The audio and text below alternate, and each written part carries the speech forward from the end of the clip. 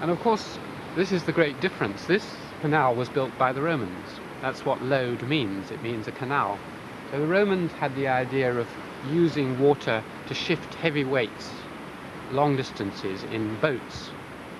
But they never had the idea of putting a watermill on this. And that's a medieval invention, which, I mean, they had a few watermills, but they hardly used them. But the proliferation of watermills in the West from about the 8th, 9th century is the first industrial revolution. We often think of the Industrial Revolution being the 18th century one.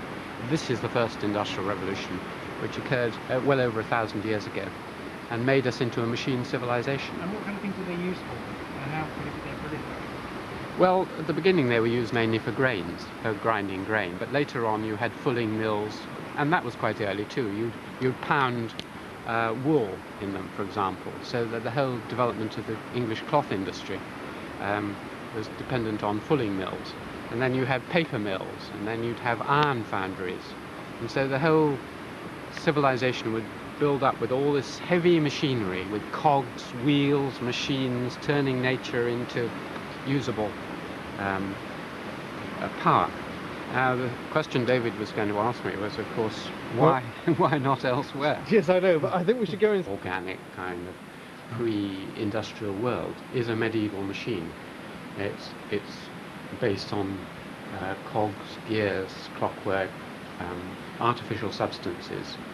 And so by the 12th, 13th century, or before, as I was saying, that when you had every village in England on average with 2 mills, that meant that you had to have lots of millwrights. I mean, just for 1 mill you need.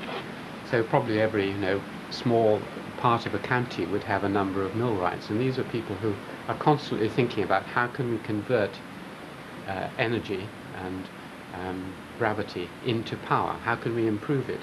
So, as you were saying with the millstones, they were gradually evolved and improved over time.